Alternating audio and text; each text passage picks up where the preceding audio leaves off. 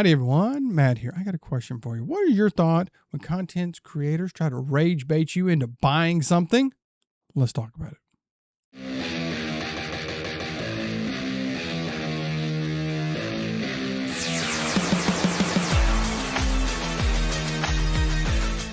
All right, everyone. First and foremost, let me introduce myself. My name is Matt. I am Matt the PT, coming at you with another video on another topic of something from the physical therapy world. First off, thank you to everyone who has subscribed. If you like the content, hit that subscribe button. It doesn't cost you a copay. So let's get right in on this. So, as of right now, this is past few days, there was someone who left the physical therapy world, as they admit, and went full time on being a content creator. Hey, more power to you. You know, everybody has their things that they want to do. You have free will. You have freedom. You can do whatever that you like. But they made a post, and it's just riled up a bunch of people. Okay, it's just worked up a whole bunch of people, and there's a part of it that kind of got to me, and it's a group of people, and it upset some people at me because I don't think they like that they feel like, I guess I could feel like it's calling them out or something, or maybe questionable. Who knows? But anyway, I want to get on this because this creator, they made a post where they were talking about, I want to de-influence you from physical therapy because you go spend all these tens of thousands of dollars for your schooling. You walk out of school with over $100,000 in debt. You don't make enough income. You got to work multiple things to pay your bills. Okay. And then they do these little questionable things over there at the end. And nobody's really kind of talking about that. There's been a few people, but like I said, I want to break down that whole thing because, like I said, you can have the thing, you can have your opinions about it. Okay. Yeah. There's parts of this, I totally agree with. But I think we need to break down a lot more of it. Now, getting into that, the first part of it, the thing about the cost of school. I'm going to say this. Yes, the cost of school is too much. The cost of college is too high. I agree with you. I am on board. People coming at me trying to accuse me of not paying anything. Like when I went to school, they're like, oh, you went to school in the South. I have been an out-of-state resident all through my undergrad and graduate school through PT school. I was an out-of-state resident. And I went to PT school in California. So, okay, I understand the struggles that people go through with their student loan debt, okay? I took out loans for all of my education, okay? I understand it. And the people coming at me, I think what they're trying to do is they have something in their head and they're wanting me to answer a specific way. They have a specific thing in their head they want to answer. But anything else, they want, we're going to lump you in this group over here. We're going to call you bad. So I totally 100% agree. Cost of school is too high and it should be lower. It should be. And when I talk to students, anyone who wants to go to physical therapy, I let them know about the cost of school. And I will tell you this, so many students now understand that school is costly. They're on it. They are understanding it. Okay. So we can move past this. But that first part of it, when people say like the cost of school is too high, there's a couple things with that. First off, it's just for engagement. It riles people up. People are going to start commenting and doing that. I find it's like, hey, it's a slow hanging fruit. Okay. You're not putting any effort. If I talk about the cost of school is too much, it's just going to get people, yeah, blah, blah, blah, blah, blah, blah. But here's the thing. Whenever people do that, they never talk about trying to actually lower the cost of school. They never do. They never do. It's all about the cost of school is too high. And everyone's, it's got to be too high. It's like, what's the next thing? What should we do to lower it? Now, okay, I know what you're saying. Well, APTA needs to get on that. Okay. And they usually get in and say, well, APTA needs to change it. But again, this vastly comes from people who don't support anything in the APTA, but they want to point the blame at them. And really what these people want, anytime that people like, well, the APTA needs to do something, but I want help. They want the APTA to be their daddy, okay? They want daddy APTA to take care of it, to take care of them, okay? They're just like the little spoiled little teenagers. This, APTA daddy, you take care of it, okay? Because I don't want to do any of that, okay? And I will say, if you don't, like I said, cost of school overall is too much. You don't have to be a part of the APTA to do that, to start to change that. Okay. It's too much across the board for all degrees, for everyone going to school. Okay. It's just not PT. Quit being selfish. It's across the board. I got kids to be going to school, going to college in a few years, and we're already planning all of that. Okay. Okay. I understand that. But you can be on board. We're trying to lower the cost of school. You yourself can get a part of that. You can have your boyfriend, your girlfriend, your husband, your spouse, your husband, your wife, your spouse, your partner. You can have your mom, your dad, your grandfather, your grandmother, your great-grandmother, your great-grandfather, your aunts and uncles, your cousins, your neighbor, your best friend, your side piece, your main piece. You can have all of those people calling and on board, trying to help lower the cost of school. Talking to your representatives about fighting to lower the cost of school. You can do all that without the APTA. Okay, you can do that. You know you can do that? You can actually be a part of something to try to lower. I'm not saying make school free. Okay, I have my beliefs about that. Do I believe college should be free? It's a little questionable. All that. People may not value it if it's 100% free. Okay, I mean, look at high school. People with high school, you just show up. People don't take full advantage of that. Some do, some don't. Okay, but I do say, yes, invest in it. You put forth that money, means that you got some skin in the game. You're going to put forth the effort into it. So yes, I do believe the cost of school, but you don't have to wait for the APTA to actually work to lower that. Okay. You can actually do something without the APTA. I don't know if y'all know that. Okay. So that's the first part of it. Now, the second part of that, the debt to income. Okay. The debt to income.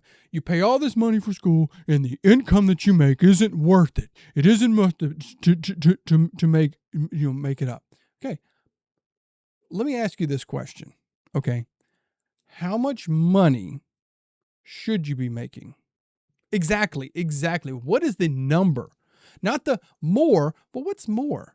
$2 is more than $1. $1 is more than 50 cents. What number are you wanting exactly? I'm kind of pulling a Caleb Hammer here. Whenever I see people that talk, what I need to do, what's the number? Exactly. It's just really, and I'm not being a smart aleck when I'm doing that. Really, what is the number that would make you happy with saying that the debt to income ratio? What income would you need to offset that? Exactly. It's probably going to vary for everybody. It's probably just going to be different all across the board. Okay. Now I want to ask a bit about this too when you kind of get into that. So with the debt to income ratio, are you wanting to say, well, if we keep the cost of school up, so it doesn't change, we just want to get paid more money? Okay, I can see that. You just get paid more, so you keep the cost of school up. But that kind of goes against the earlier thing of saying, well, the cost of school is too high. So, okay, well, do you want the cost of school to be lower, but then you make less money? Is that what we're wanting? Okay, do we want the cost of school to be down and then wages will drop? Do we want that? Or do we want the cost of school to be way down and the wages be way up? We may not be able to get that off the bat. We may have to go with one of these other things. What is it that we're wanting? Okay. What is it exactly that we're wanting with that? So are we wanting the cost of school to be down and wages drop? Or are we wanting wages to stay the same but where they are and the cost of school drops? Or are we wanting the school to stay the same and we make more money? What is it? And what number exactly would make you happy? To make everyone happy across the board. It's probably going to vary for everyone, okay? And again, the people try to call me out on it. The first job I ever took, I took peanuts for my first job, okay? Peanuts. It's unbelievably low, okay? And I've actually had to take lower than that later in my career because I want something to do. But anyway, that was the second part. The other part of it, getting that, well, you shouldn't have to be taking out a second job. You do a second, you're doing home health, on the weekends, or doing something on the weekends over here, or working extra shifts, or have to do something like content creation, or do this. You shouldn't have to be doing that. You shouldn't have to do that. You should be able to make it just from one. But here's the thing, and I've really thought about this. Is it that people are taking the second job because of like true necessity? Now, I have been in that boat, okay? Having to have two jobs sometimes 3 for true necessity? Or is it possible that maybe to put ourselves into it? Okay. Now, again, I'm not being that crazy kind of boomer being like, oh, you're the blame for it. But really, is it to be a part of necessity? I'll tell you a story about myself. Like, once I was trying to finish school, my undergrad, I legitimately was working 2, sometimes 3 jobs to just survive, to pay for my apartment, to pay for my car insurance, to pay for my cell phone, to pay for power. I did not have internet at the house. I was buying the absolute cheapest groceries. I mean, bags of the store brand frozen chicken breasts and the dollar bag of vegetables. I wasn't buying sodas because that was an extra expense. I couldn't spend the whatever amount for a case of soda or milk or tea or anything. I drank water all the time, buying the absolute cheapest. I ate tuna and ramen, okay, to get carbs and protein, cans of tuna and ramen noodles, going through that to barely get by, to have just a little bit at the end of the month. Now, I was saying, we get to the end of the month, I have a little bit of extra money. It's not like it was hundreds, few extra bucks. And you know that you got to have that little leeway in case something happens. I wasn't going out on weekends to do anything because I could not spend that money. I could not do any of that. And I know people who do that. That is what they have to have, 2 jobs, because they're saying, I'm a month behind on my power bill. I'm a threat of being evicted or kicked out of my place to live. I'm the power may get shut off. That they are truly living, scraping by. Or is it the other thing? Again, going back to the Caleb Hammer example, if you ever watched the show Financial Audit, really getting in with some of these people, sometimes it is a lifestyle creep. Now, I completely understand. We want to have certain things. We want to have, a safe place to live. We want to have a place that, that it's not leaking. There's not any infestation of anything. It's safe. It's secure. We want to have that. We want to have a car that's reliable. If you ever had a car that was questionable, you don't really like that. But to have quality food, to enjoy things like that, to make sure all our bills are paid. I understand, like, now, internet is a necessity. You have to have the internet to do stuff. I 100% agree with that. We want to have all those things. But really, watching Financial Audit, and whenever it's gotten kind of goofy now, but really in that beginning, when breaking down people's finances and seeing that they are paying for really unnecessary things. Okay. Like door dashing food. Okay. I don't see whatever that you would think is DoorDash, but you're paying more money for food. Okay. And not cooking at home. Okay. It's little things like that. Stopping in, like, he gets onto people about the BS of going to gas stations and, you're just buying some snacks and a drink, it's $2 or $3 here, every once in a while, $5 a day is $25 a week, $100 a month, and that's just maybe on one little thing. But are you just spending these little things? Are you taking vacations that, we got to go to Disney for the 3rd time this year? Is it getting into this lifestyle? And I would even say that would go over back to that thing with the income. You see that with people. They make more money. Well, their lifestyle kind of goes up. And I've seen stories with physicians like, yeah, I make $300K, $400K. But, we're still kind of worried at the end of the month, but they got a big house and a big car and they've got all this stuff. That can be hard. But again, why are you having that second job? Really, why is it that second job? Is it truly to pay off stuff or to get stuff down? Or is it possible that the expenses are just a little too high and could be trimmed some? I don't blame anybody for the choices they make. That is 100% on them. But I'm honest. I'm honest, truly. But is that the reason for a second job? Because it's like, well, I kind of want these other things. And yes, I grew up in the 90s. When things were more abundant when you were a kid, you get to take vacations every. I totally believe people should live that way, but you should be able to have the finances to do so. Okay. But really, that's that second part. Why is the second job? Is it truly necessity to make sure everything is paid? Or is it maybe that the lifestyle has creeped up just a little much? I'm just putting that out there. Just putting that out there. And the last little thing, the little part that just made it go, ugh, was at the bottom. It said, bottom of the caption, comment blah, and I will send you my course on how to increase your income with content creation. It was that right there. That thing right there is what made it just like a total turnoff. So this whole post was to get engagement to market a course. Now, I don't have a problem if somebody has knowledge and expertise in an area and they say, hey, I'm going to make a course and I'm going to teach other people this thing, okay? Car repair or building birdhouses or vestibular or whatever, I don't have a problem. I would like to create a course on it. I have a couple things that I feel like I'm fairly knowledgeable on. You make a course and market it to people to say, hey, that you're investing in it, because I do the same thing. Hey, you're going to invest in it, so you're more likely to pay attention to it. And there's companies that do that. MedBridge does it.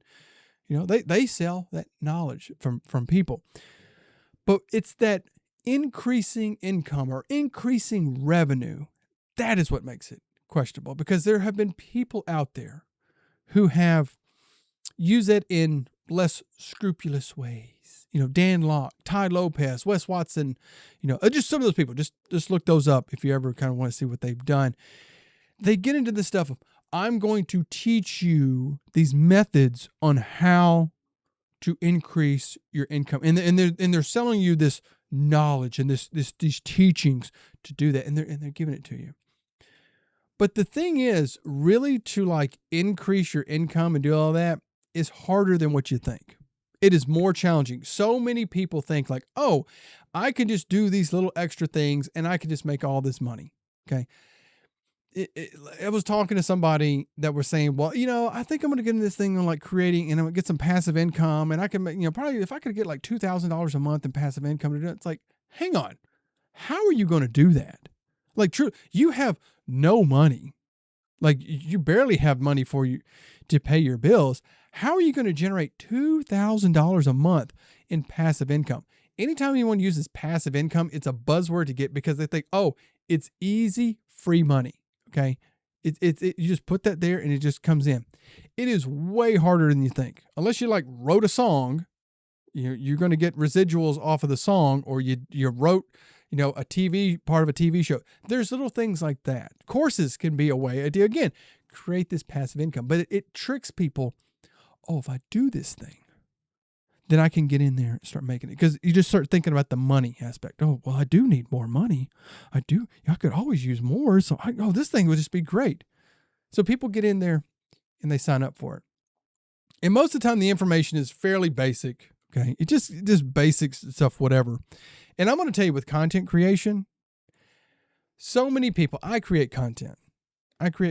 Everyone seems to think that you're just going to start creating content and you're going to blow up. Think about being a content creator is like being a professional athlete. How many people, when they talk about with the stats, go from playing high school sports to college sports to the professional level? It drops more and more as you go up. Everyone thinks they're going to make it to the NFL or the NBA. They think everyone thinks that they're going to do that. But stuff happens, and you realize pretty quickly it's way hard to get at those. Heck, even the people who make it to those top aren't the ones who are making hundreds of thousands of dollars. Okay. They're maybe making $100,000. They're making the league minimum. Okay. And you got to pay taxes and all that stuff. And that's all that you have. Okay. It's not everybody that can make it. It's not this thing. And there are so many. I just literally watched a video this morning of somebody talking about these people that's like, I'm going to go all in on content creation. And it is so much harder than what you think. There's some skill and there's some luck with it. Okay. There's some skill and there's luck, but you just can't, I'm just going to start content creation and make all this money and everything's going to be solved. Because to be honest, your career can be pretty short, just like a professional athlete. We talk about professional athletes, the ones that jump from high school to the pros. You have no skills to fall back on. One injury, you're done. You can't make it in the league, you're done. Do you have anything to fall back on? Okay. It's way harder than what you think. And a part of that as well, that kind of the back end of this with those people that are selling it, is that they can say, well, here's all the information, go out and go do it. And if the person goes out and tries it and they don't make any, they can come back and be like, well, it didn't work. The person selling it can easily go, you didn't believe enough. You didn't try hard enough. You didn't believe in yourself. You didn't do it. Is your fault. I gave you the information. You didn't implement it correctly. Or they may go, you know what? Dan Locke was bad about this. You need to sign up for my Platinum Ultra Titanium Masterclass. And he would just upsell people just to get more money from it. Because they think, well, this didn't work. Maybe I need a little bit more. That's the thing.